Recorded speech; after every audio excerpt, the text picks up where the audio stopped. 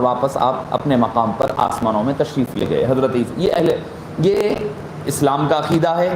اور یہ بھی عقیدہ ہے کہ کل قیامت کے قریب حضرت عیسیٰ علیہ السلام تشریف لائیں گے دنیا میں, واپس آئیں گے. کیسا آئیں گے؟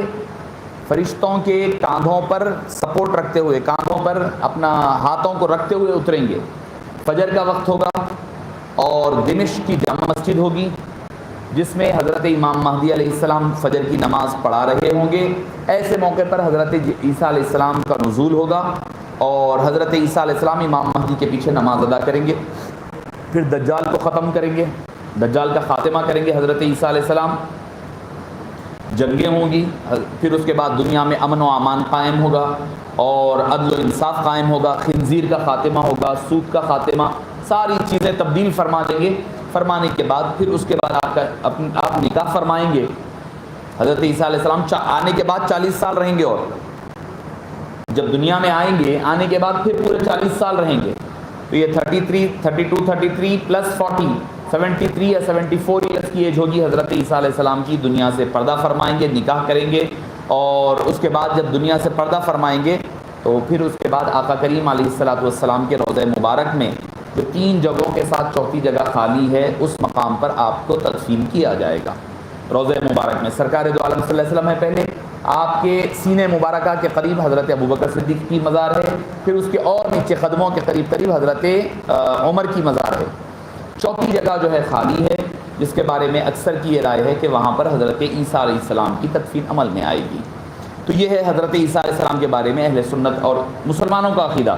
اس میں اہل سنت بلکہ نہیں, تمام حضرات کا, سوائے قادیانی وغیرہ کو چھوڑ کر. قادیانی بولتے ہیں عیسیٰ علیہ السلام دنیا میں ہے کہیں, وہ پہاڑیوں میں ہے, فلاں انڈیا میں ہے, کبھی پاکستان میں ہے, چلتے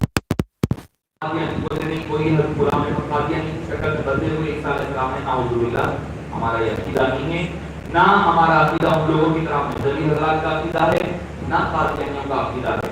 ہمارا عقیدہ ہے سنت والجماعت کا عقیدہ یہ ہے کہ صبح قیامت کے قریب ضرور آئیں گے اللہ کے بندے دبے ہوئے رہیے تب بھی, اور آپ صلی اللہ علیہ وسلم کے امت بن کر کے اس وقت تشریف لائیں گے. تو یہ مختصر سا حضرت عیسیٰ علیہ السلام. عیسائیوں کا کیا عقیدہ ہے کہ حضرت عیسیٰ علیہ السلام قیامت کے قریب آئیں گے, ان کے پاس یہ عقیدہ ہے, مگر پہلے وہ سولی پہ چڑھا دیے گئے, ہم تو نہیں چڑھائے گئے. اللہ خود فرماتا ہے وہاں قتلوہ, وہ قتل نہیں کیے گئے, وہاں صلبوہ, اور سولی پہ نہیں چڑھائے گئے, ولکن شبیہ لہم, لیکن ان کو تشبیہ کی بدل دی گئی, صورت دوسرے کو دے دی گئی. تو اب یہاں پر ہوا وہ کہنے لگے حواریین ربنا آمنا, ہمارے رب ہم ایمان لائے, بما انزلت, جو کہ تم نے نازل کیا, واتبعنا الرسول, اور ہم نے اتباع کی اپنے رسول کی, فاکتبنا مع الشاہدین, اور ہمارا شمار جو ہے شاہدین میں سے فرما, گواہوں میں سے فرما. یعنی گواہ کون ہے؟ کل قیامت کے دن کیا ہوگا, اللہ تعالیٰ ہر قوم کے نبیوں کو بلائے گا, سارے انبیاء کو اپنی اپنی قوم کے نبیوں کو بلایا جائے گا, پوچھا جائے گا کہ بتاؤ بھائی تم کیا ہے, کہ بھئی آپ جو ہے آپ کی قوم کون کیا کری, بولے انہوں ایمان لائے, انہوں نہیں لائے, انہوں لائے, انہوں نہیں لائے, ساری تفصیل بیان کریں گے. یہ قوم نہیں مانی, یہ قوم مانی. اس کے بعد آپ صلی اللہ علیہ وسلم کو بولیں اچھا تم لوگ آئے تھے کچھ تبلیغ کریں, گواہ کون ہے, گواہ لے کر آؤ. انبیاء کو کہا جائے گا.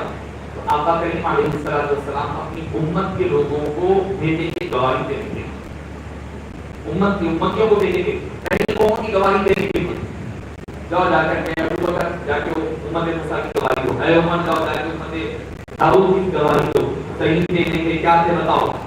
لیکن قوم کو تو ہمارے بات ہے یہ گواہ کیسے ہو سکتے ہیں, وَيَكُونَ الرَّسُولُ عَلَيْكُمْ شَهِيدًا, کہ اللہ تعالیٰ ساری امتوں پر, سارے انبیاء پر, ساری امت محمدیہ پر جن کو گواہ بنائے گا وہ آقا کریم علیہ السلام کی ذات ہوگی.